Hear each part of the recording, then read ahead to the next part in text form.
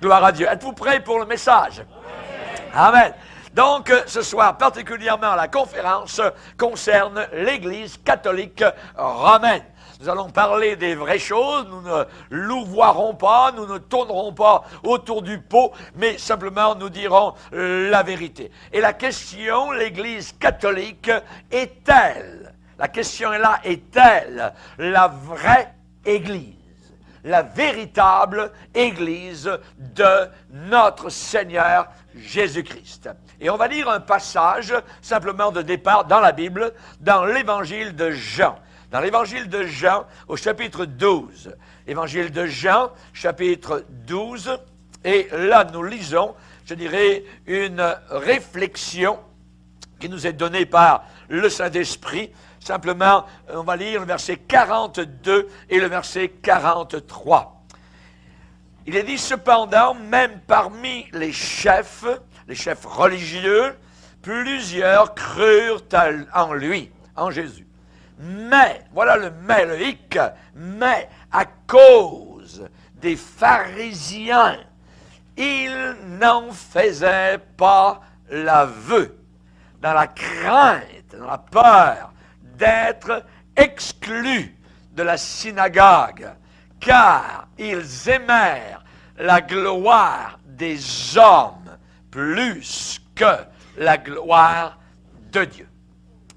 Et j'aimerais vous dire que les vrais chrétiens authentiques au travers des siècles ont toujours aimé la gloire de Dieu par-dessus l'approbation des hommes, la gloire des hommes, ce que pensaient les hommes, ce que disaient les hommes. L'important n'est pas ce que disent les hommes. L'important, c'est ce que dit Dieu au travers de sa parole et de sa vérité. Aujourd'hui, les gens ne sont pas très, je dirais, intéressés particulièrement donc à dénoncer les fausses doctrines. Il y a très peu de pasteurs aujourd'hui qui vont dénoncer, qui vont avoir assez de courage pour dévoiler, pour exposer, pour dénoncer les fausses doctrines et l'erreur. La pensée générale de notre époque actuelle, c'est laisse faire, vis et laisse vivre. C'est la pensée actuelle, voyez, autant au milieu des païens que des supposés chrétiens. Aujourd'hui, normalement, on ne doit pas prêcher contre le péché. On ne doit pas définir ce qu'est le péché. On ne doit pas discuter sur le péché. Pourquoi cela? Pourquoi cela? Pourquoi cet état de choses? Eh bien, pour que personne ne se sente coupable. Pour que personne ne se sente coupable, ne prêchez jamais contre le péché. Voyez? Et pourquoi? Parce qu'il y a un nouvel évangile aujourd'hui qui s'appelle l'évangile de l'estime de soi-même. Et l'évangile de l'estime de soi est un faux évangile prôné par Robert Schuller en Californie avec la cathédrale de cristal, voyez, où l'argent coule à flot au milieu de tout cela. Et c'est un des hommes qui déclare en disant qu'il faut actuellement retourner au berger. Quand il parle du berger, il ne parle pas de Jésus, il parle du pape. Voyez, l'évangile de l'estime de soi nous ramène encore à Rome. Et les vrais chrétiens n'y retourneront jamais. Chers amis, aujourd'hui, la pensée, c'est parlons de ce qui nous unit. Parlons de ce qui nous unit, mais ne parlons surtout pas de ce qui nous divise. Donc, on est en train de mettre de côté la doctrine, l'enseignement qui nous a été légué, transmis depuis le 1er siècle par Jésus-Christ et ses apôtres. Dieu est amour. Et les gens, généralement, vont dire « Dieu est amour ». Ils ont ce langage mielleux. C'est vrai que Dieu est amour. Et c'est vrai qu'il faut aimer tout le monde, voyez. Mais qu'est-ce que l'amour? Qu'est-ce que l'amour, voyez? Est-ce que je ne démontre pas de l'amour envers mes amis particulièrement catholiques quand je les avertis de la perdition, de la condamnation imminente, s'ils persistent à suivre les faux enseignements de l'Église catholique romaine. Est-ce que je suis un méchant? Est-ce que je suis quelqu'un de dur, de sévère, quand je dis la vérité, quand j'avertis quelqu'un du danger éternel de l'enfer? Est-ce que c'est un échec d'amour, une faillite d'amour, un manque d'amour, si vous avertissez quelqu'un que le pont là-bas un peu plus loin est brisé alors qu'il est en train de rouler dans cette direction? Vous ne manquez pas d'amour, vous avertissez. Vous vous mettez en plein milieu de la route, vous essayez d'avertir toutes les voitures qui passent, qui arrivent, parce que là-bas, il n'y a plus de route. Le pont est brisé. Est-ce que Jésus-Christ était cruel quand il a averti ses disciples contre le levain des pharisiens? Il a dit, méfiez-vous surtout du levain des pharisiens. C'était une mise en garde. Que pensez-vous? Quelle sorte de prédicateur Jésus était, d'après son message que nous trouvons encore dans Matthieu au chapitre 23? Ah! Depuis combien de temps n'avez-vous pas entendu prêcher ou parler sur Matthieu chapitre 23? Où Jésus va répéter, au verset 13 par exemple, « Malheur à vous, scribes et pharisiens, hypocrites, parce que vous fermez aux hommes le royaume des cieux, et vous n'y entrez pas vous-même, et vous n'y laissez pas entrer ceux qui veulent entrer. » Et ensuite, il va dire, malheur à vous, scribes et pharisiens, vous paraissez beaux à l'extérieur comme des sépulcres blanchis. Verset 27, vous ressemblez à des beaux tombeaux qui paraissent beaux à l'extérieur, au dehors, et qui au dedans sont pleins d'ossements, de mort et de toute espèce d'impureté, de saleté. Et avec les scandales qui sortent actuellement, cette Église, je dis bien diabolique, écoutez bien le mot, cette Église catholique romaine est une Église diabolique, menée par Satan. Et vous en voyez les fruits autour de vous qui sortent régulièrement. Dans ce chapitre 23, Jésus emploie un langage extrêmement fort et sans aucun compromis. Comment aujourd'hui Jésus serait-il accepté du public en général? Imaginez. Eh bien, j'ai bien peur qu'il ne soit pas très bien accepté. C'est la raison pour laquelle, pourquoi si peu de prédicateurs veulent déclarer des choses controversées aujourd'hui. Ils ont peur de la réaction qu'ils vont avoir de la part de leurs chefs religieux, de leurs chefs dénominationnels, de l'establishment religieux. Ils ont peur de l'Église établie qui se retranche derrière la respectabilité. Personne ne veut être diffamé, personne ne veut être excommunié, personne ne veut être mis au banc des accusés. Alors, on emploie un langage de statu quo. Tiède, ni froid, ni bouillant. Et Jésus n'a-t-il pas dit que l'église de Laodicée serait vomie, littéralement, de sa bouche? Chers amis, personne ne veut être dénigré, ridiculisé. C'est tellement plus facile de parler de l'amour, voyez, alors qu'il y a très peu d'amour vrai et réel qui est démontré. C'est tellement plus simple, juste d'éviter la vérité. Juste d'éviter la vérité. N'oublions pas que dans la Bible, l'Église véritable, elle est décrite dans 1 Timothée 3,15, colonne et appui de la vérité. La vraie Église de Jésus-Christ est la colonne et l'appui de la vérité. Et non pas de la vérité et de l'erreur ensemble. Voyez? Non.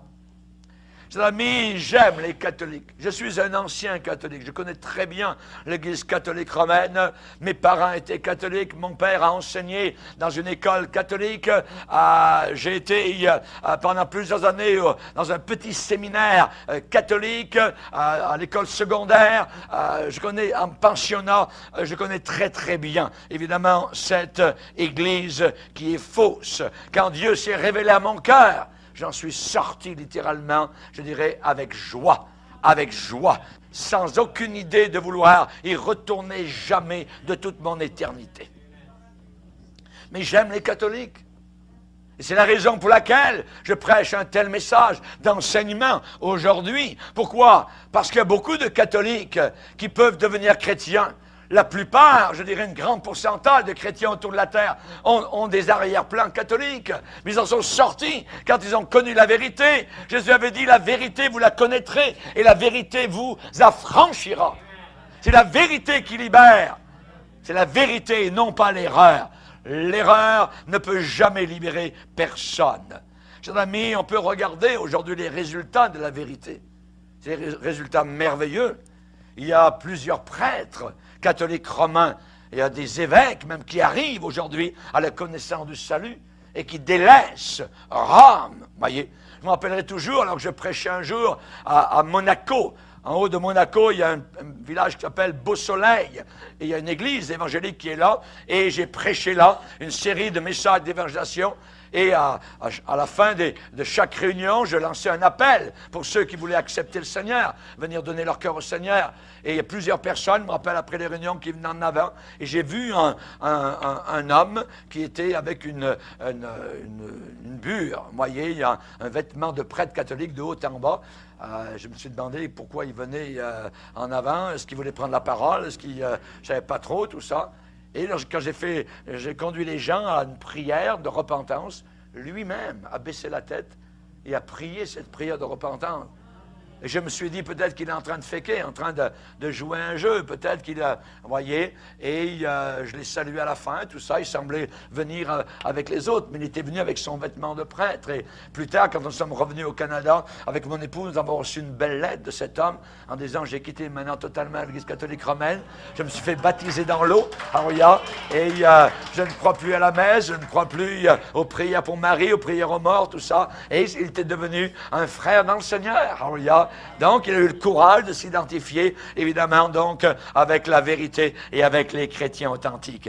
Amen. On a ici au Québec l'exemple d'un homme merveilleux qui s'appelait Chiniki. Voyez, si vous n'avez jamais lu les livres de Chiniki, il faut absolument que vous lisiez les livres du frère Chiniki. C'est un homme qui a passé des années prêtre de l'Église catholique romaine et il en est sorti lorsque la vérité lui a été annoncée. Et il raconte, il est devenu un évangéliste, un docteur de la parole. Il a été demandé dans le monde entier, en Europe, partout en Australie. Il a voyagé pour répandre la parole du Seigneur. À Beauport, à l'époque même, il y a une stèle qui a été élevée en son honneur parce que beaucoup de gens avaient délaissé l'alcool sous sa prédication de tempérance, voyez. Et il y a beaucoup de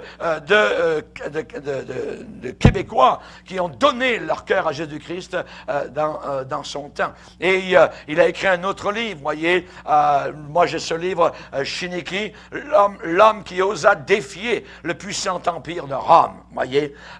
Et c'est un homme, l'Église catholique l'a pourchassé, a voulu le tuer à plusieurs reprises, voyez, a payé des gens pour le tuer. Il a dû se réfugier aux États-Unis d'Amérique, où là, il était libre, où le monde évangélique, évidemment, a donc été l'accepté, évidemment, comme prédicateur.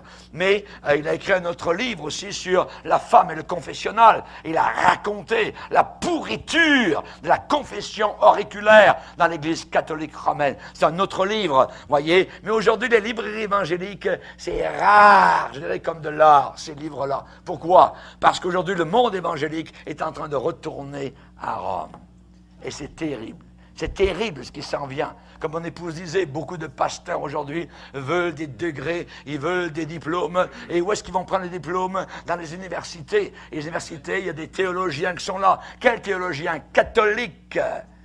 catholiques et ces pasteurs qui sont au pied de ces théologiens catholiques reviennent remplis, je dirais, de tout ce qu'ils ont appris de la bouche de gens qui ne sont pas sauvés, ces théologiens, et ils enseignent, évidemment, donc, leurs gens dans le monde évangélique.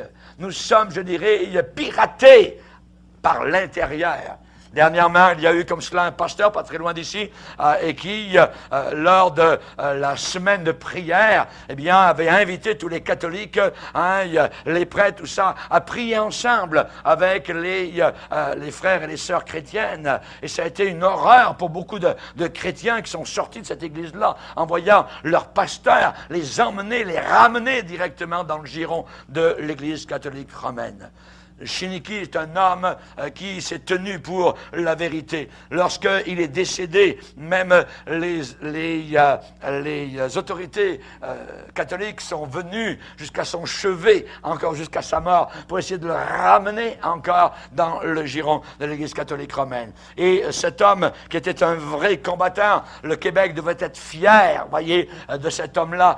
Chiniki, c'est un héros, c'est un vaillant, c'est un homme, s'est tenu à la hauteur des Jean Hus, des Wycliffe, des Luther, ainsi de suite, et qui a ébranlé littéralement à cette époque le monde catholique romain. Et lorsqu'il est, avant de mourir, à 80 et quelques années, eh bien, il a demandé donc aux autorités, je dirais, de notaires, d'hommes de loi, de prendre note de ce qu'il déclarait, et il voulait que le jour de son enterrement, eh bien, une certaine note soit lue aux milliers de personnes qui sont venues donc lui rendre un dernier hommage. Et l'article a paru même dans les journaux de l'époque ici à Montréal. Et l'article disait exactement les raisons pour lesquelles il ne voudrait jamais retourner à l'Église catholique romaine. Il voulait donner les raisons pourquoi il était sorti de l'Église catholique romaine, et il voulait que tout le monde le sache très très bien.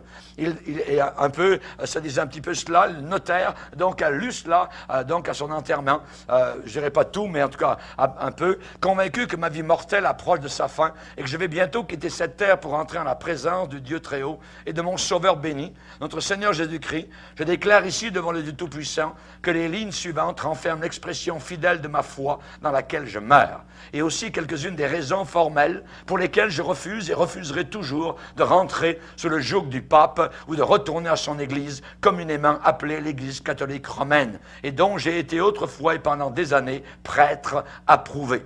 Je remets mon âme entre les mains du Dieu Tout-Puissant, mon Créateur, par l'entremise de Jésus-Christ seul, mon divin Rédempteur, dont les mérites sont infinis. Je déclare formellement par les présentes que je suis un protestant authentique. Et en devenant protestant, j'ai définitivement et pour toujours accepté Jésus-Christ comme mon seul sauveur, croyant fermement que Dieu m'a pardonné tous mes péchés pour son amour. Et j'accepte sa parole sainte pour mon seul guide. Je ne puis pas retourner sous le joug de l'Église de Rome pour les raisons suivantes, choisies parmi beaucoup d'autres. Et je vais juste les lire en passant. 1. Le dogme de la succession apostolique de Pierre est une imposture. On ne peut trouver dans l'Évangile pas un seul mot pour prouver que Pierre ait jamais jamais été supérieur ou avoir une suprématie accordée par l'Église catholique romaine sur les autres apôtres. C'est une imposture. Toutes les fois que les 12 apôtres interrogèrent notre Sauveur pour savoir lequel d'entre eux serait le premier, le chef, le pape, il leur répondit toujours que dans son Église, il n'y aurait ni premier, ni chef, ni pape de cette nature. Ensuite, il a dit, je ne redeviendrai jamais catholique romain parce que l'Église de Rome est une Église idolâtre. Elle adore Dieu, oui, mais le Dieu qu'elle adore est fait avec une galette qui est sur son autel. Le Dieu galette. À chaque heure de sa vie sacerdotale, un prêtre est coupable du crime que commit Aaron quand il fit adorer le veau d'or par les Israélites. La seule différence entre Aaron et lui, c'est que le Dieu d'Aaron était d'or et que celui du prêtre catholique est fait avec une certaine pâte cuite. Ouais. Et il continue dans ce sens-là, il en dit beaucoup. Troisièmement, je ne redeviendrai jamais catholique romain, parce que tous les évêques et les prêtres de l'Église de Rome sont forcés de se parjurer toutes les fois qu'ils expliquent un texte de la Sainte Écriture. Oui, bien que ce soit là une parole bien grosse et bien dure, c'est la vérité. Depuis le jour où il a juré, quand il a reçu l'ordination sacerdotale, de n'interpréter les Saintes Écritures que d'après le consentement unanime des saints-pères, le prêtre a rarement prêché sur un texte des Écritures sans être coupable de parjure. Quatrièmement, je ne puis plus être catholique romain, car je sais que la confession auriculaire est une institution diabolique, comme je l'ai prouvé amplement dans mon livre « Le prêtre, la femme et le confessionnal ». C'est un livre à demander à votre librairie chrétienne, voyez. Cinquième raison, je ne redeviendrai jamais catholique romain, car j'ai vu de mes propres yeux ce qui se passe à l'intérieur des murs de Rome, et j'y ai trouvé toutes les abominations de la terre. Le célibat ecclésiastique est d'institutions diaboliques. Le purgatoire, rempli de pauvres âmes qui y brûlent et ne sont sauvées que par le paiement, voyez, à l'Église catholique, de tant de piastres, c'est l'institution diabolique. La défense dans l'Église romaine de manger, même à l'époque, donc de la viande à certains jours, est d'institution diabolique. L'infaillibilité de son pape et l'Immaculée Conception sont d'institutions diaboliques. Sixièmement, avec le secours de Dieu, je ne penserai jamais à rentrer en grâce avec l'Église de Rome, car ces prêtres, ces évêques et ces papes ont versé le sang de millions de martyrs. Depuis Jean Hus jusqu'à notre cher frère Hackett, donc à l'époque. Sur les mains des papes, je vois le sang de 75 000 protestants massacrés la nuit de la Saint-Barthélemy à Paris et le sang d'un demi-million de chrétiens égorgés dans les montagnes du Piémont. Septièmement, je ne serai jamais plus catholique romain, car l'Église de Rome est l'ennemi implacable de la parole de Dieu et des droits, libertés et privilèges de l'homme. Cette Église a dégradé et conduit à la ruine et au déshonneur toutes les nations qu'elle a gouvernées. Je pourrais donner beaucoup d'autres raisons pour lesquelles il m'est impossible de redevenir catholique romain, mais j'espère que celles exposées plus haut sont suffisantes pour faire comprendre à mes chers compatriotes québécois qu'ayant une fois accepté Christ et sa sainte parole comme mon seul guide de foi et de conduite, je ne puis plus jamais fléchir le genou devant des idoles et des dieux de galettes. Amen. Donc, ça a été élu à son enterrement. Amen. Et j'aimerais vous dire qu'il a dit la vérité. Donc, si jamais vous pensez à un héros québécois, eh bien, Chiniki était vraiment un héros, je dirais, québécois à son époque. Et nous le verrons un jour dans la gloire. Amen. Que Dieu soit béni. Nous ne voulons pas être en dessous de lui. Amen. Nous ne voulons pas être une église apostate aujourd'hui, hein, mais vraiment tenir haut et fort aussi l'étendard de la vérité. Nous avons aussi un autre prêtre. Il y en a plusieurs dans la province de Québec, mais un qui est décédé, qui s'appelait M. Tremblay, voyez, qui était prêtre, donc, il a été pasteur à Rivière-du-Loup pendant des années d'une église évangélique. Il a été prêtre longtemps, donc, M. Tremblay, qui aujourd'hui est dans la gloire avec le Seigneur. Amen.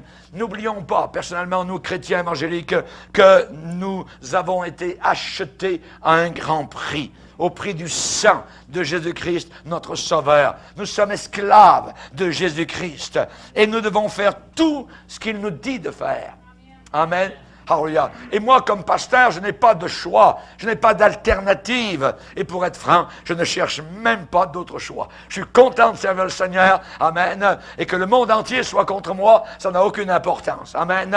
Un jour, quelqu'un a dit à Luther, le monde entier est contre vous, Luther. Et Luther a regardé son ami, il a dit, va dire au monde entier que je suis contre eux.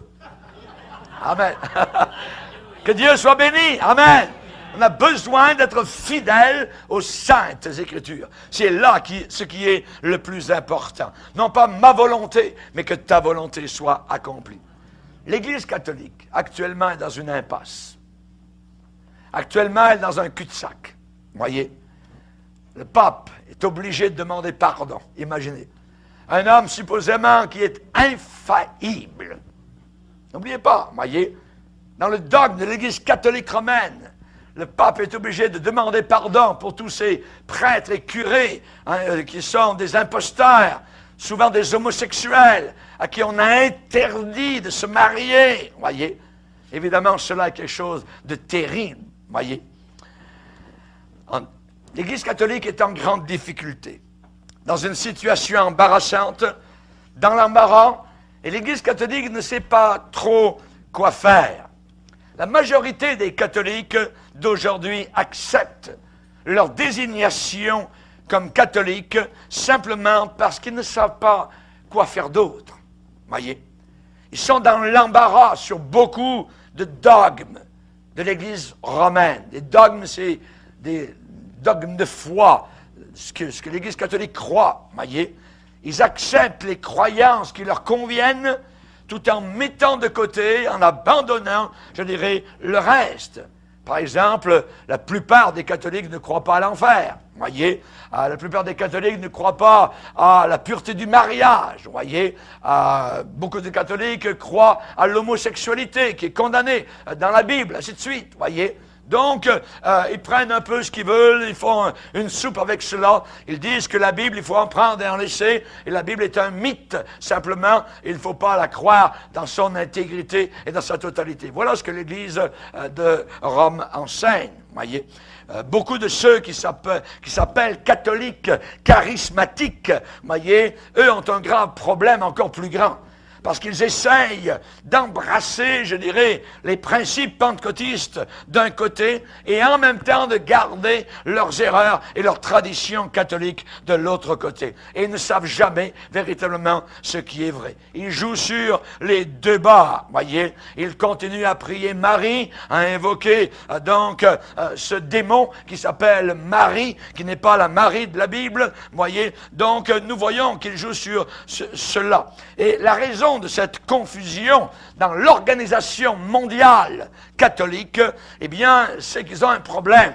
C'est qu'aujourd'hui, les gens écoutent. Les gens peuvent avoir accès à la Bible, à la parole de Dieu. Il y a prolifération dans le monde entier, je dirais, de la Bible. Auparavant, l'Église catholique, pendant des siècles, a empêché donc que les gens puissent lire pour eux-mêmes la Bible, la parole de Dieu. Mais aujourd'hui, ils ne peuvent plus faire cela. Et pour la première fois dans, je dirais, l'histoire, depuis quelques décennies, beaucoup de catholiques ont été exposés à la Bible, ont eu accès à la Bible. Ils ont commencé à écouter des programmes de radio, télévision, qui ont apporté la vraie parole de Dieu, et ils sont en train d'apprendre, à leur grande consternation, que la plupart des doctrines catholiques sont en total désaccord avec la parole de Dieu.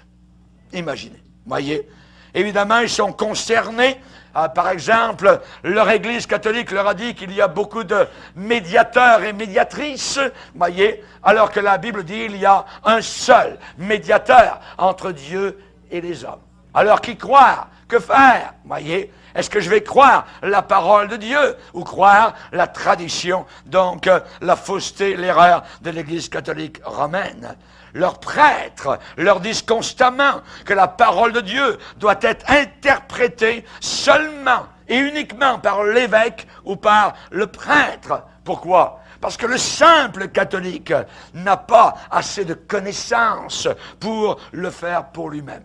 Comme si Dieu nous avait laissé un livre qu'on n'est pas capable par nous-mêmes de pouvoir le lire, voyez, et de comprendre ce qu'il a à nous dire. Alors que Jésus a dit, j'ai caché ces choses aux sages et aux intelligents de ce monde, et je les ai révélées aux enfants. Amen. Que Dieu soit béni pour sa sainte parole. Seriez-vous prêts à mourir, à verser des gouttes de votre sang pour ce livre-là? Des millions l'ont fait. Ils sont dans la gloire aujourd'hui, refusant l'Église romaine avec ses erreurs et acceptant le prix qu'il faudrait pour payer pour suivre la parole du Seigneur. Amen. On voit que malgré ce que les prêtres ou leurs évêques leur disent pour les dissuader, eh bien, ça devient, je dirais, de moins en moins efficace. Pourquoi? Parce que dans le cœur du catholique romain, il y a un vide, il y a un creux. Il y a une douleur, il y a un mal qui est encore là. dans le cœur de beaucoup de catholiques sincères. Tout à fait au fond, à l'intérieur, ils savent qu'il y a quelque chose qui ne va pas du tout avec l'enseignement de leur Église. On leur rabâche, on leur répète, ils vont à la messe, hein, et certains y vont tous les matins, mais ça ne fait rien, ça ne fait aucun changement. Il n'y a rien dans leur vie auquel ils peuvent se raccrocher un tant soit peu. Ils regardent à côté, alors, et ils voient des dénominations protestantes, et dans beaucoup de cas, ce n'est pas mieux que chez eux. Pourquoi? Parce que beaucoup de protestants aujourd'hui ne protestent plus contre rien, et au contraire sont revenus à Rome, sont de nouveau mariés avec l'Église de Rome. Quand finalement, ces pauvres catholiques découvrent la vraie lumière de l'Évangile de Jésus-Christ, quand Christ lui-même se révèle, je dis bien le mot révèle, à leur cœur, alors ils découvrent qu'ils ont à faire face maintenant avec des nouveaux problèmes. C'est que le prix à payer pour suivre ce livre, c'est un prix élevé. Tout a été payé à la croix du Calvaire. Notre salut est payé, c'est fait. Christ a dit, tout est accompli. Mais pour suivre Jésus, maintenant, il y a un prix que nous devons payer par rapport à ce qui nous entoure, à l'ambiance donc autour de nous. Jésus a dit, si quelqu'un veut me suivre, c'est comme quelqu'un qui veut bâtir une tour. Premièrement, il va calculer pour voir s'il a de quoi finir la tour. De peur qu'après avoir commencé, il ne puisse pas achever, c'est trop dur, trop difficile, voyez, et que les autres disent, ah, t'as essayé de suivre ton Jésus, ta Bible, tout ça, t'es allé à cette secte là-bas avec les évangéliques, tout ça, hein, et maintenant tu reviens vers nous. Voyez, ils vont se moquer. Jésus dit, calcule bien le prix. Quand j'ai accepté le Seigneur, quand mon épouse à l'époque ici au Québec a accepté le Seigneur, et pendant, je dirais, plusieurs générations de chrétiens évangéliques québécois, les Québécois payaient le prix. Ils savaient qu'ils payaient le prix, qu'ils seraient mis de côté, qu'ils seraient pointés du doigt, qu'ils seraient persécutés, qu'ils pourraient perdre même leur travail. Voyez, le curé en Beauce, quand mon beau-père a accepté le Seigneur, il avait 13 enfants, il était boulanger. Et le curé disait à ses paroissiens, n'allez plus acheter du pain chez M. Fortin. Maintenant, il est devenu protestant. Voyez, c'est terrible, il est devenu un méchant, tout ça. Mais mon beau-père a payé le prix. Il est resté fidèle au Seigneur. Il a dit, c'est ça, c'est une question d'éternité, et je ne lâcherai pas le Seigneur, maintenant qu'il s'est révélé à mon cœur. Alléluia. Que Dieu soit béni. Amen. Il a encore aujourd'hui environ 85 ans et il suit encore le Seigneur accroché à sa Bible, à la parole de Dieu. Que Dieu soit béni. Amen. Alléluia. Mais voilà, c'est que il y a plusieurs qui ne veulent pas payer ce prix. Comme le verset que j'ai lu tout à l'heure dans l'évangile de Jean, voyez, c'est notre texte d'aujourd'hui où il est déclaré, hein, dans l'évangile de Jean, chapitre 12, je pense, hein, 12, verset 42, où il est dit, hein, cependant, même parmi les chefs, plusieurs crurent en lui, mais à cause des pharisiens, ils n'en faisaient pas l'aveu. À cause des pharisiens, ils n'en faisaient pas l'aveu, dans la crainte d'être exclus de la synagogue. Ils voulaient en même temps suivre le Seigneur, mais en même temps être bien vus de l'ambiance autour de la communauté, voyez, pas être montrés du doigt. Et aujourd'hui, il y a beaucoup de chrétiens, d'églises évangéliques et de pasteurs qui sont derrière, qui veulent être bien vus et ne veulent pas être excommuniés non plus. Parce qu'à la tête de dénominations entières aujourd'hui, on est en faveur de l'Église catholique romaine. À cause d'un mouvement qui s'appelle le mouvement écuménique. Le mouvement écuménique. Ce mot écuménique, ça veut dire communion. Koinonia en grec, qui veut dire communion. Le mouvement écuménique, c'est de mettre toutes les religions dans le même panier.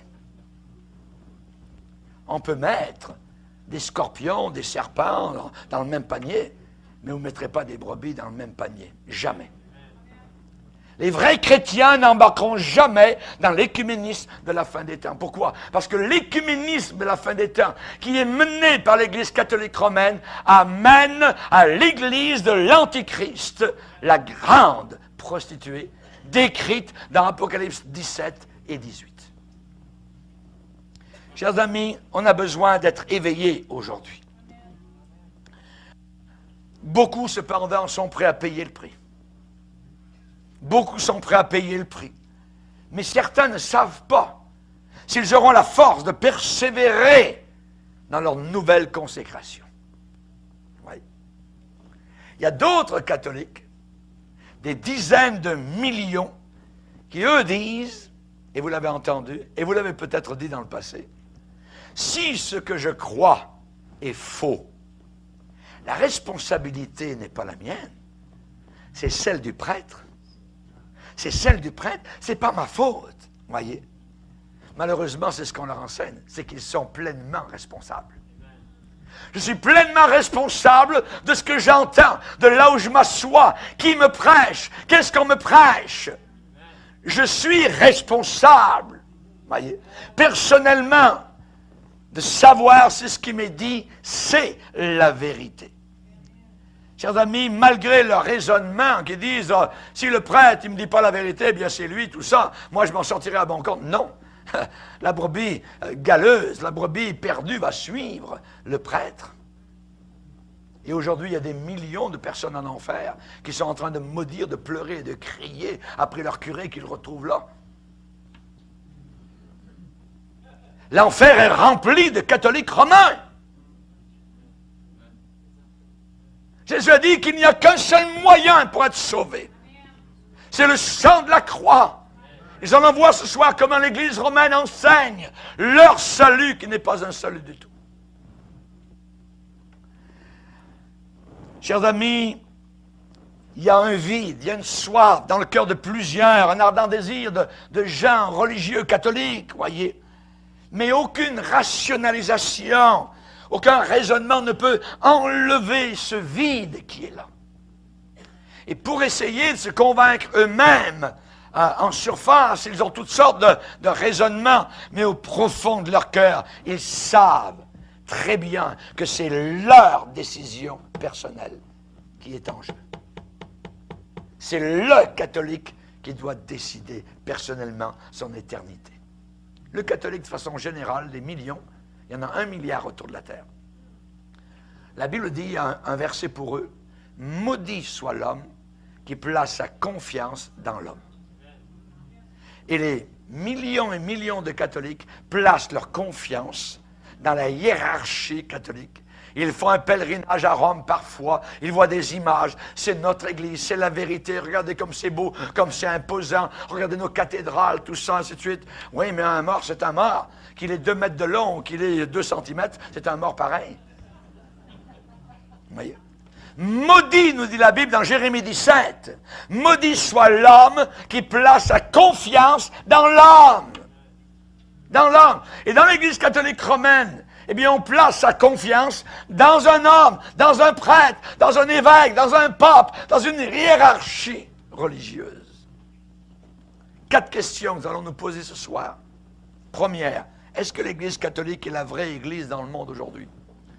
Deuxième question, pourquoi des millions de personnes croient-elles que l'Église catholique est la vraie Église? Troisième question, quelle est la vraie Église de notre Seigneur Jésus-Christ? Quatrième question, la foi et les œuvres. Amen, vous êtes prêts? Première question, l'Église catholique est-elle la véritable Église de Jésus-Christ?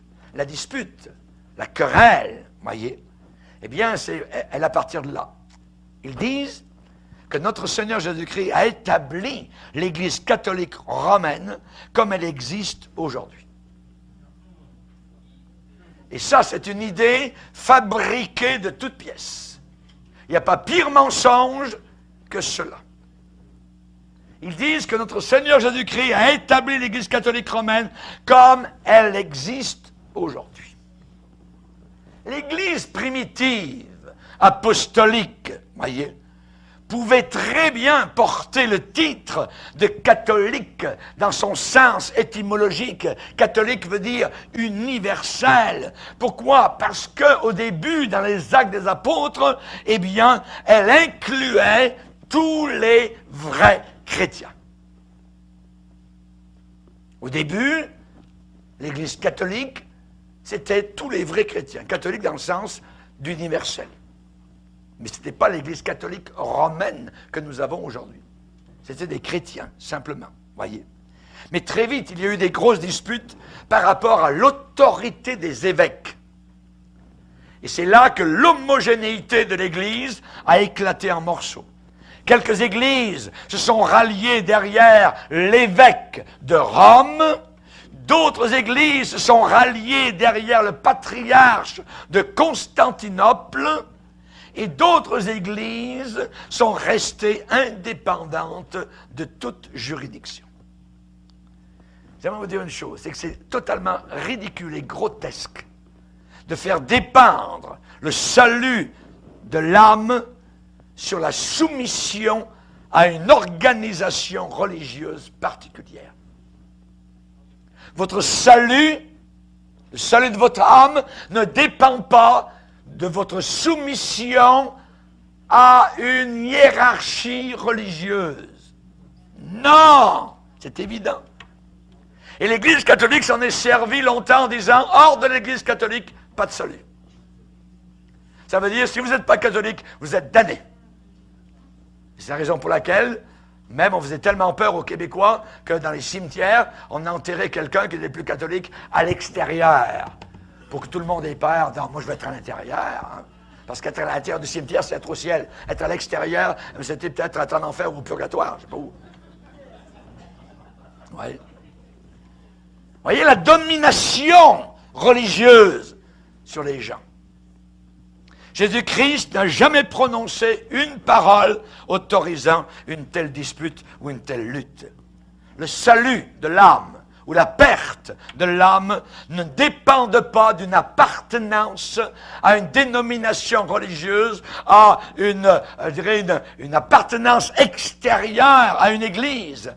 C'est quoi le salut de l'âme? C'est l'appartenance à une croyance, à une foi qui change votre âme, qui change votre conscience, qui transforme votre vie pour toujours. Jésus a dit, si quelqu'un est en Christ, il n'a pas dit s'il est dans l'Église. L'Église ne sauve pas. Quand on dit aux gens, venez à l'Église, les gens pensent que venir à l'Église, ça les sauve. Non, non, non, non, non. Aucune Église ne sauve. C'est Jésus-Christ qui est le Sauveur. Alléluia. Amen. Gloire à Dieu. C'est un grave péché que de tordre, de dévier les doctrines qui ont été reçues par inspiration divine. Et même si c'est les autorités religieuses qui tordent les doctrines, qui en font la promotion, voyez, autant que pour ceux qui reçoivent ces fausses doctrines et qui les croient. L'apôtre Paul a dit en 2 Corinthiens chapitre 2, nous ne falsifions pas la parole de Dieu comme font plusieurs. Ne falsifions pas la parole de Dieu comme font plusieurs. Et pour cette raison, je dirais, l'unité à l'intérieur de l'Église chrétienne est impossible tant qu'il y a déviation dans les enseignements de Jésus-Christ. Voyez? L'unité doit être basée sur la vérité et non pas sur l'amour. Je t'aime bien, t'es gentil, ainsi de suite. Non, non. L'unité n'est pas basée là-dessus. L'unité est basée sur ce livre. Amen. Sur ce livre. Amen. Il doit y avoir unicité de foi dans les Écritures, dans la parole de Dieu. Tout chrétien sincère, authentique, je dis bien chrétien authentique, va sacrifier toutes les considérations des autres autour de lui. Il s'en fout complètement de ce que les autres pensent. Tout chrétien authentique va sacrifier le désir d'être accepté des autres. C'est pour ça que c'est important. Il va sacrifier même la tradition de l'Église. Voyez. Mais il n'abandonnera jamais sa foi vivante qui est inspirée d'une connaissance dans les voies de Dieu. Auparavant, il était dans l'ignorance, maintenant il est dans la connaissance. Mon peuple périt faute de connaissance. Voyez. Amen. Tout chrétien sincère est convaincu que le salut de son âme dépend de son adhésion à la parole de Dieu. Chiniki, sur son lit de mort, savait très bien qu'il avait combattu le bon combat. Il a dit, ma foi est liée à la parole de Dieu. Luther, qui a comparu devant le conseil religieux et le pape de son époque en Allemagne, a dit, je suis lié par la parole de Dieu.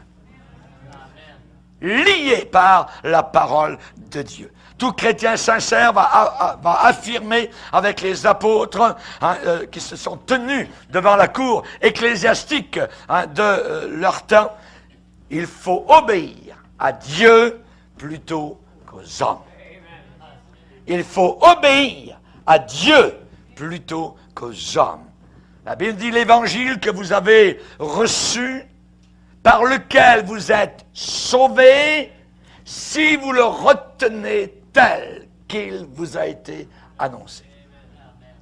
Il faut le garder, parce que tu as gardé ma parole. Le combat, il est ici, sur ce livre.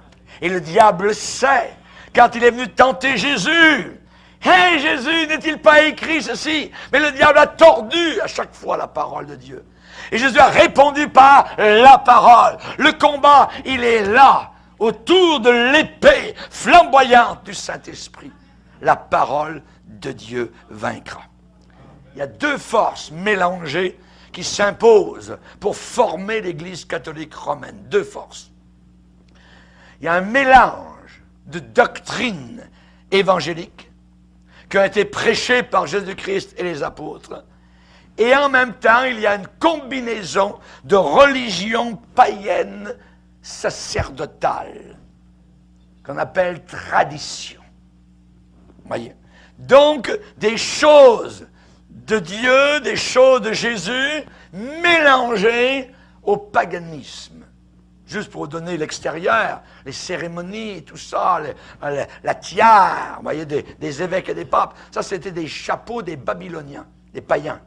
Les prêtres païens de Babylone portaient le même genre de chapeau. Et je vais vous expliquer comment c'est arrivé à l'intérieur de l'Église catholique romaine. L'erreur arrive comment? Elle arrive sur le dos de la vérité. Et c'est là que c'est dangereux. Il y a de la vérité dans l'Église catholique romaine mélangée à de l'erreur. Mélangée à de l'erreur. Et cette corruption est arrivée petit à petit sur beaucoup d'années.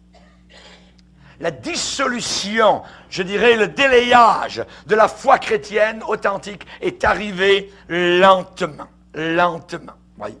Mais la grosse poussée, la grosse, je dirais, la grosse force qui est arrivée pour faire en sorte que l'Église catholique soit ce qu'elle est aujourd'hui, ça a été l'acceptation, ça a été l'absorption par décret impérial. L'empereur de Rome, à l'époque, voyez, a dit que maintenant toute la population devait devenir chrétienne.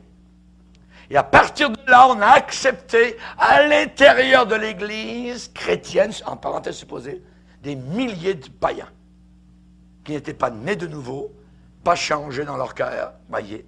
Ils ont été là, appelés chrétiens. Comme vous, quand vous avez reçu 3-4 gouttes d'eau, voyez, quand vous étiez bébé, on a dit, maintenant, votre bébé est un chrétien. Voyez. Et vous avez pensé en grandissant, je suis un chrétien, je suis un chrétien. C'est pas vous étiez un vrai païen. Voyez. Parce que les fruits que vous portiez démontraient, c'était vraiment le paganisme qui était à l'intérieur de votre cœur.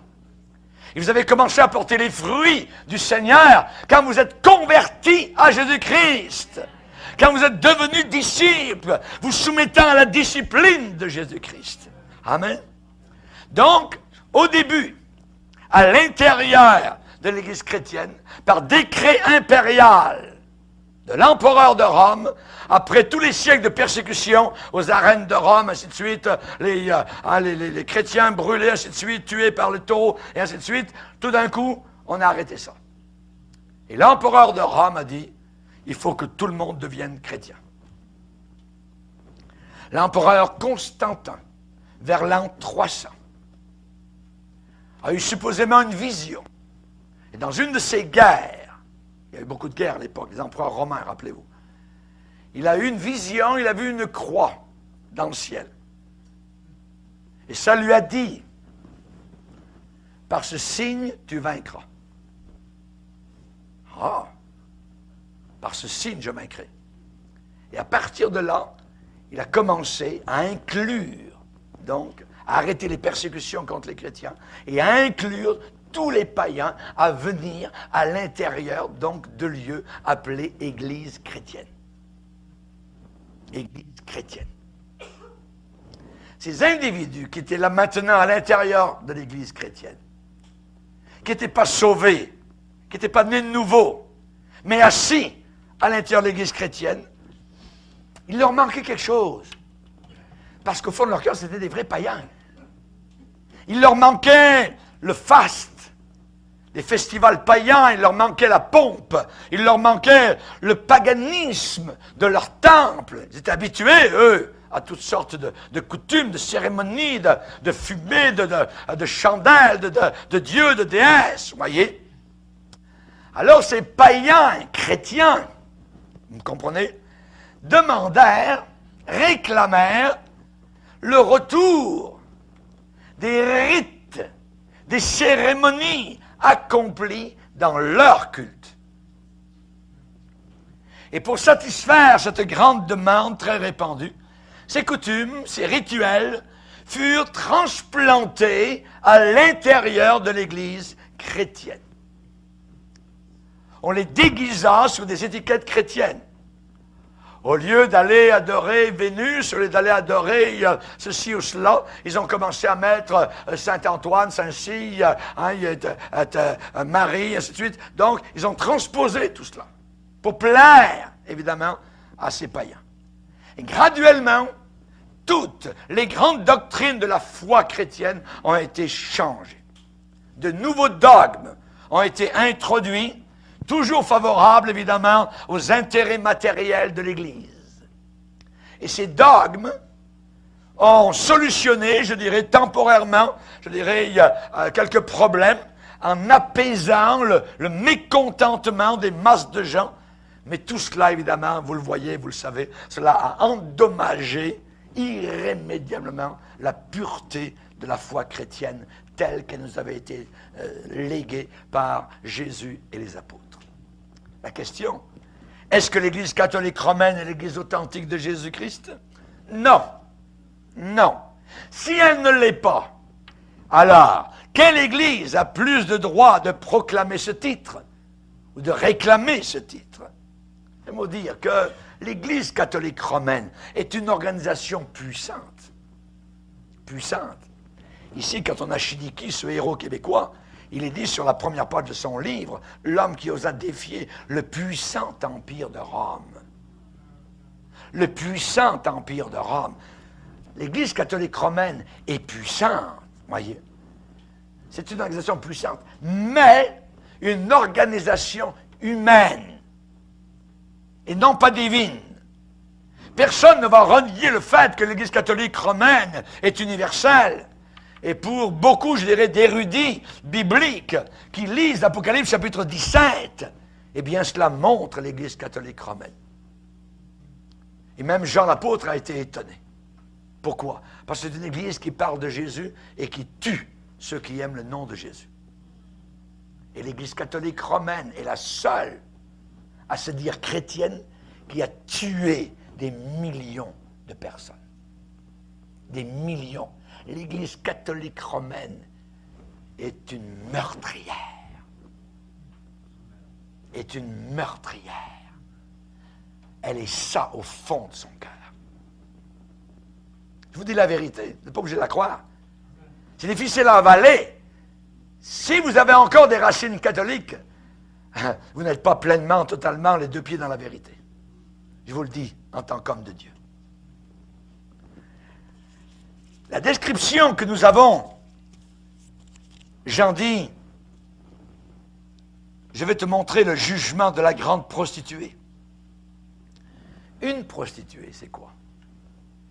Une prostituée, ça peut être une femme qui n'est plus avec son mari qui est devenue prostituée. Ça veut dire qu'elle va coucher d'un côté et d'autre avec toutes sortes de bonhommes.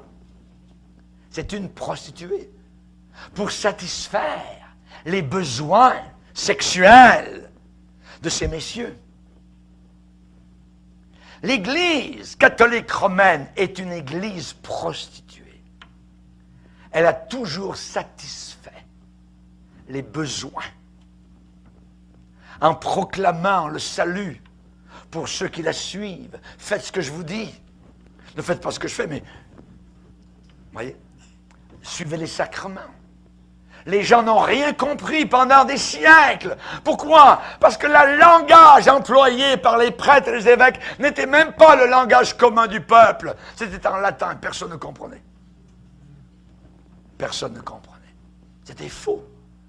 Et nous avons un document enregistré au Louvre à Paris, émanant de l'Église catholique romaine, disant entre autres, il faut absolument éviter que nos gens, nos paroissiens aient la Bible entre leurs mains, parce que bientôt ils vont découvrir la vérité et ils vont nous mettre dehors.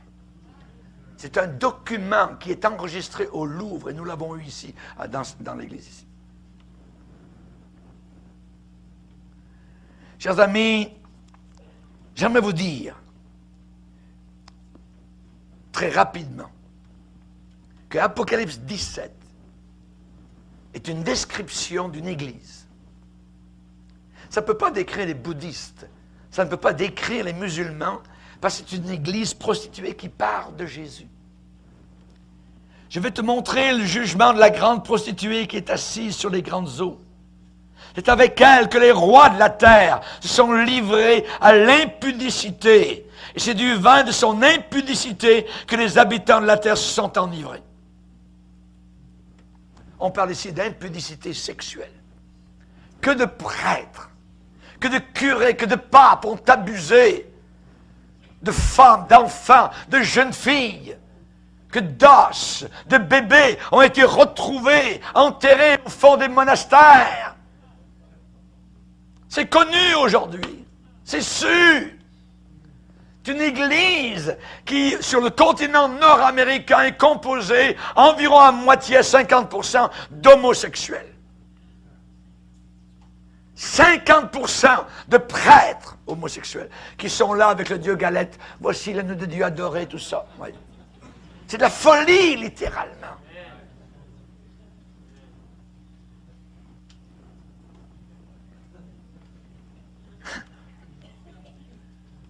Et je vis une femme assise sur une bête écarlate, pleine de noms de blasphème.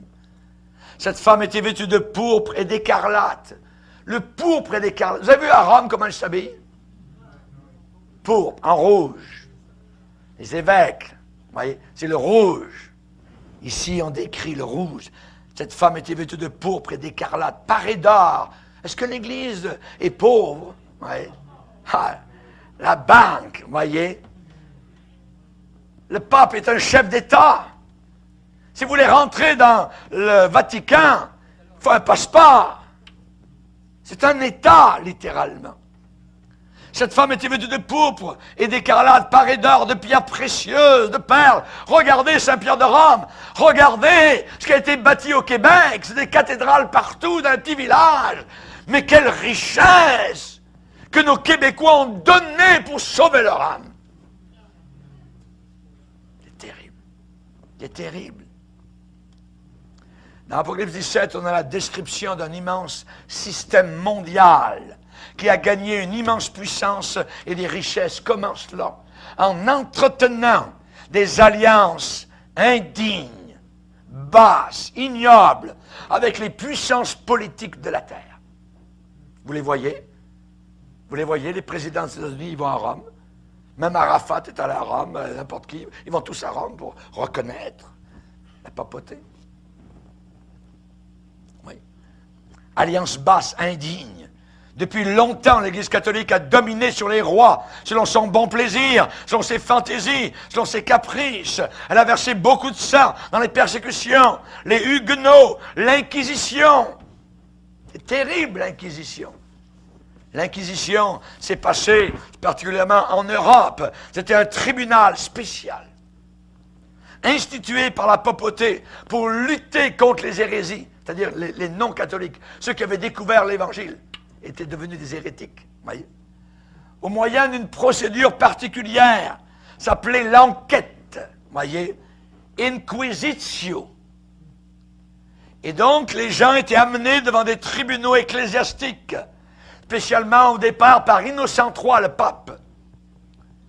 La procédure, voyez, inquisitoriale, d'interrogation, était faite de torture, de châtiment, de sang coulait.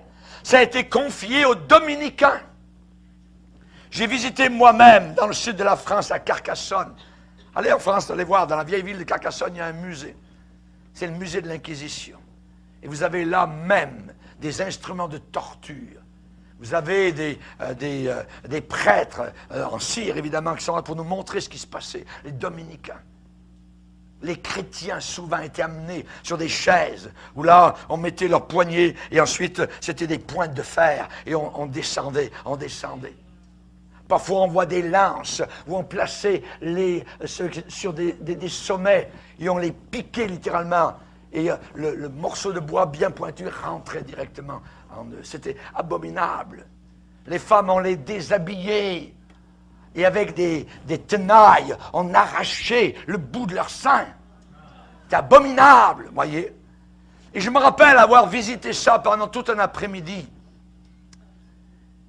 Et à la fin, il y a un livre. Et les gens marquent leurs réflexions. Et juste devant moi, il y avait un catholique romain. Et le catholique a écrit, à partir d'aujourd'hui, je ne suis plus du tout fier d'être un catholique romain. Que Dieu soit béni. Chers amis, nous allons aller un peu plus loin. Et la Bible parle ici d'abomination sexuelle, d'impudicité. Et je vis cette femme ivre du sang des saints. Vous vous rendez compte? Ivre du sang des saints et du sang des témoins de Jésus. En la voyant, je fus saisi d'un grand étonnement. On comprend, Jean. Il voit l'Église chrétienne qui a le nom de chrétien et qui tue par milliers les chrétiens. Et je fus dans un grand étonnement. Mais qu'est-ce que c'est? Qu'est-ce que ça veut dire? Nous avons là une Église. Elle est définie dans la parole du Seigneur. La Bible dit, un peu plus loin, verset 15, il me dit, les eaux que tu as vues sur lesquelles la prostituée est assise, ce sont des peuples, des foules, des nations et des langues. Sur tous les continents de la terre, il y a des catholiques. Partout. Oui, partout. Donc, chers amis, qu'est-ce que nous dit ensuite le prochain chapitre? Sortez du milieu d'elle, mon peuple. Sortez du milieu d'elle. On ne peut pas être chrétien évangélique authentique et rester à l'intérieur de l'Église catholique romaine, soi-disant pour gagner mes anciens amis au Seigneur. Jamais. L'Église catholique romaine, n'oubliez jamais ce que je veux dire, ne change jamais. Elle ne change pas. Dans ses dogmes, dans son infaillibilité, dans sa hiérarchie, elle ne changera jamais. Jusqu'à ce qu'elle soit détruite durant la grande tribulation par le Seigneur lui-même. Sortez du milieu d'elle, mon peuple, afin que vous ne participiez pas à ses péchés et que vous n'ayez point part à ses fléaux. Elle va être jugée. Et si vous voulez ne pas être jugé, sortez. Sortez, voyez, de ce milieu-là. Je ne peux pas, je dirais, dire à 100% que c'est pas marqué l'Église catholique romaine, mais la description qui est donnée dans Apocalypse 17 correspond vraiment à ce que nous avons mondialement autour de nous, une Église qui correspond à ce qui est écrit, qui s'appelle Église catholique romaine. Certainement, cette description va très bien avec elle, et je crois que ce commandement que le Seigneur nous dit, sortez du milieu d'elle, mon peuple, hein, eh bien, c'est valable aujourd'hui. C'est valable aujourd'hui. si vous n'avez pas encore totalement renié le catholicisme, c'est que vous êtes peut-être encore catholique au fond de votre cœur. Ça reste longtemps, cette chose-là. Oui. Et faire attention. L'Église catholique enseigne qu'elle est la véritable Église de Jésus sur terre, dans la succession des apôtres, surtout de Pierre. Et elle dit qu'on doit être associé avec elle de quelque façon pour être sauvé. Mais c'est drôle parce que durant le Concile du Vatican II, l'Église catholique a admis, mais d'une façon floue et évasive, la possibilité que quelques non-catholiques puissent être sauvés. Mais sans spécifier de quelle façon ni dans quelles circonstances. C'est drôle, parce que c'est elle seule qui a le magistère. C'est elle seule qui a, je dirais, la vérité. C'est ce qu'elle dit. La route catholique vers le salut est nébuleuse. La route catholique pour être sauvé, c'est nébuleux. Pourquoi? Parce qu'ils disent que vous êtes sauvés par vos œuvres. Par vos œuvres. On y mentionne la foi en passant, mais en pratique, c'est le prêtre en qui vous devez croire. Vous devez croire dans votre curé, dans votre prêtre. C'est comme ça que vous irez au ciel. Jésus a dit, ce sont des aveugles qui conduisent d'autres aveugles. Laissez-les, a dit le Seigneur. Laissez-les. De l'autre côté, nous déclarons que l'Église catholique n'est pas la véritable Église de Jésus sur la terre. Voyez. Aucune ressemblance avec son Église véritable selon les actes des apôtres. Pourquoi disons-nous cela? Parce que les traditions de l'Église catholique n'ont absolument aucune base, voyez, aucune assise sur la parole de Dieu. Les traditions de l'Église catholique n'ont aucune base sur la parole du Seigneur. Et dans l'Église catholique, leur tradition passe par-dessus la parole de Dieu. Jésus a dit, le ciel et la terre passeront, mes paroles ne passeront pas. Ne passeront pas. Évidemment, c'est la parole de Dieu qui doit être la vraie fondation, le vrai standard pour tout ce qui concerne le Seigneur. Désolé, mais l'Église catholique ne passe pas le test. Elle ne passe pas le test. Pourquoi alors des millions de catholiques croient-ils que l'Église catholique est la vraie Église? Vous voyez? Il y a 1 milliard de personnes sur la terre qui se disent catholiques dans le monde. Et beaucoup de ceux-là ne pratiquent jamais, vous voyez, on les voit jamais dans leur église, voyez. Peut-être qu'il y a environ 100 millions de catholiques dévoués dans le monde. Mais beaucoup vont à leur église catholique 1 ou 2 fois par année, quand il y a des baptêmes d'enfants, à Noël, à Pâques et à l'enterrement. On ne mourra pas comme un chien, alors on va aller demander au curé qui vienne. Mais on s'en fout du curé. Ouais. Ils disent croire. Ils disent croire à leur prêtre. Ils disent croire, il y a leur évêque. Ils disent croire au pape, du bout des lèvres, voyez. Ils disent croire aussi à leur tradition. Et je dirais qu'ils sont inclus dans un grand membership qui totalise environ dans le monde 1 milliard. Mais il n'y a aucun salut dans l'Église catholique. Et cependant, des millions jurent y appartenir. Vous leur parlez un tant soit peu de Jésus, de la Bible, je suis catholique. Vous voyez? Tout de suite, ils se retranchent. Pourquoi? Pourquoi cela? Parce qu'ils sont nés dedans. Ils sont nés dedans. Le baptême des enfants a fait d'eux des chrétiens, supposément. Quelques gouttes d'eau, voyez, fait d'eux des chrétiens. Donnez-moi toute l'eau du Saint-Laurent, je vais baptiser toute la province, si c'est ça qui va sauver. Voyez? Ils ne connaissent rien d'autre, voyez. Ils ont rarement eu l'occasion, aussi peu, d'entendre la parole de Dieu. Mais aujourd'hui, l'Évangile est apporté, je dirais, dans le monde entier, par la radio, par la télévision, par la Bible qui est imprimée, voyez. Il y a des millions de catholiques qui commencent actuellement à se poser des questions sincères. Amen. Jésus a dit, l'Évangile sera prêché au monde entier. Ensuite viendra la fin. Amen. Catholiques compris. C'est la raison pour laquelle aujourd'hui, dans l'Amérique du Sud, l'Église catholique est enragée parce qu'elle perd beaucoup de membres. parce que l'Évangile va beaucoup de l'avant, spécialement en Amérique du Sud, parmi les peuples latinos, qui ont été pour la plupart catholiques, voyez, soit par les Portugais ou les Espagnols. Eh bien, aujourd'hui, l'Évangile, il y a beaucoup d'églises évangéliques très, très importantes qui grandissent, et les catholiques et le pape a vraiment fait des menaces aux catholiques d'Amérique du Sud s'ils quittaient leur église et allaient donc se rejoindre le camp des évangéliques. On voit, le combat est là. Le combat est là, voyez. Aussi, quand vous êtes catholique, vous n'avez sur votre vie aucun blâme, aucun reproche, aucune honte. Voyez, vous ne portez aucune honte, voyez. Et il y a un grand nombre qui choisissent de rester là parce qu'ils n'ont aucune honte à être catholique. Mais quand vous devenez chrétien, vous chargez sur vous-même de la honte de Christ, la croix de Jésus-Christ. Vous commencez à aimer celui qui est blasphémé autour de vous. Et il y a un opprobre. Vous commencez à parler de Jésus et vos amis voient que vous êtes vrai, vous êtes sincère. Vous ne riez plus, c'est du vrai et du réel. Et soudain, vous êtes mis à part. On peut vous exclure même. Oui. Amen. Alléluia. Gloire au Seigneur. Mais le catholicisme est accepté dans le monde entier, voyez. Et vous pouvez avoir même un Fidel Castro qui est ici, à la cathédrale Marie Reine du Monde, vous voyez, à Montréal, lors de l'enterrement du premier ministre du Canada, M. Trudeau. Castro, qui est un communiste, qui ne croit pas ni à Dieu ni à diable, vous voyez, qui a torturé des milliers de chrétiens sur son île de Cuba, vous voyez.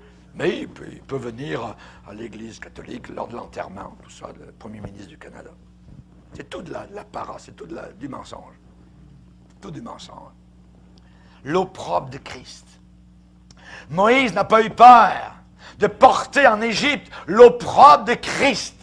Il a mis de côté l'or et l'argent. Il a préféré s'identifier au peuple du Seigneur. Amen. Jésus dit, si le monde vous hait, sachez qu'il m'a haï avant vous. Amen. Gloire au Seigneur.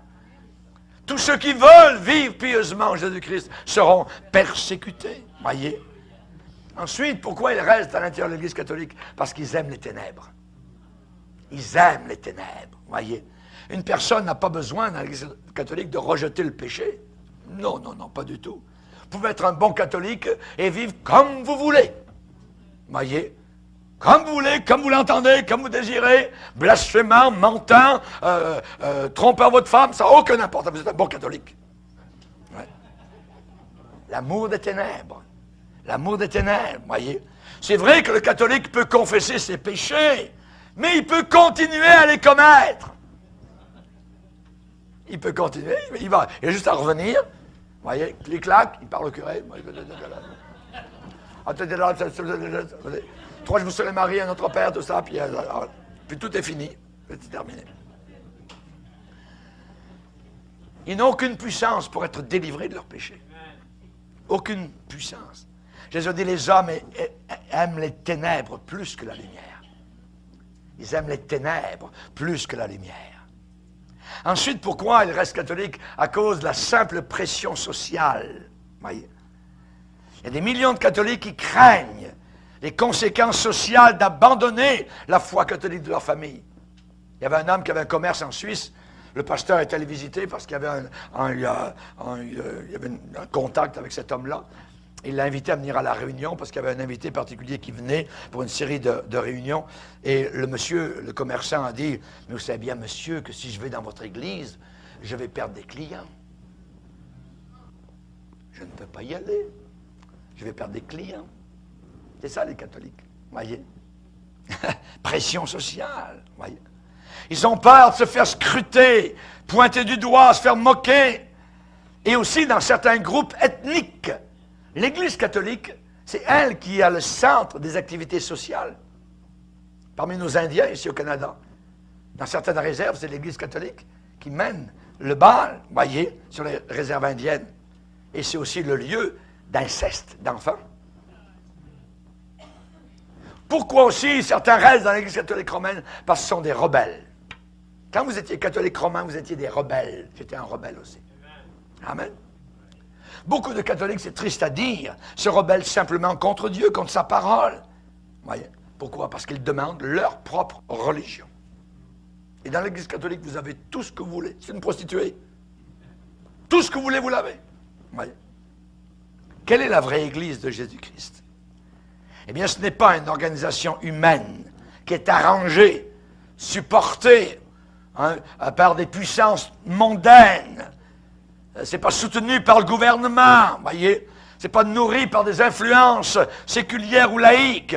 La vraie Église de Jésus-Christ, c'est la compagnie totale de vrais chrétiens de toutes les églises, de tous les temps, qui sont nés de nouveau, qui sont repentis de leurs péchés, sont venus à la croix et dont la vie a été totalement transformée. Si quelqu'un est en Christ, il est une nouvelle créature. Les choses anciennes sont passées, voici que toutes choses sont devenues nouvelles. Amen. La vraie Église de Jésus n'a pas sa tête à Rome, ou à Constantinople, ou à Washington, ou à Toronto. Voyez? Non, notre tête est assise à la droite de la majesté divine. Amen. Le Saint-Esprit est le remplaçant actuellement de Jésus-Christ sur la terre. Ça veut dire qu'il est le vicaire. Le pape dit qu'il est le vicaire de Jésus-Christ. Complètement faux, c'est un mensonge. C'est un mensonge total. Le vicaire de Jésus-Christ actuellement, c'est le Saint-Esprit.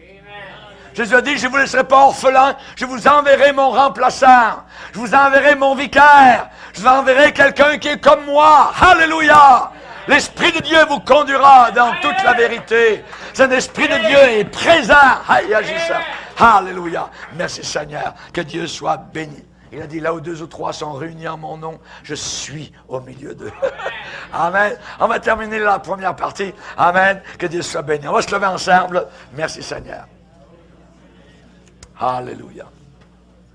Alléluia. Seigneur, nous te bénissons. Seigneur, combien nous voulons te remercier pour ta parole puissante. Merci, Seigneur, pour la vérité qui nous a franchis. Nous te bénissons, Seigneur. Alléluia, pour ta parole qui un jour nous est parvenue avec force, avec puissance, avec pureté, avec onction, avec vérité. C'est elle qui nous a libérés. C'est elle qui a ouvert nos yeux. C'est elle qui a ouvert nos cœurs. Nous te bénissons pour ta parole. Merci pour le Saint-Esprit qui est présent et qui agit encore aujourd'hui dans nos cœurs. Merci pour tes enfants. Merci pour cette conférence. Continue de nous garder sous ton regard, Seigneur. Alléluia, fidèle à toi jusqu'à la fin. Elle nous a imité ceux qui, par la foi et la persévérance, ont hérité des promesses. Comme ton serviteur Chiniki, ce héros québécois. Merci, Seigneur, pour l'exemple et la bonne odeur qu'il nous a laissé. Merci, Père, au nom de Jésus. Amen. Et tout le peuple dit Amen. Amen. Gloire à Dieu.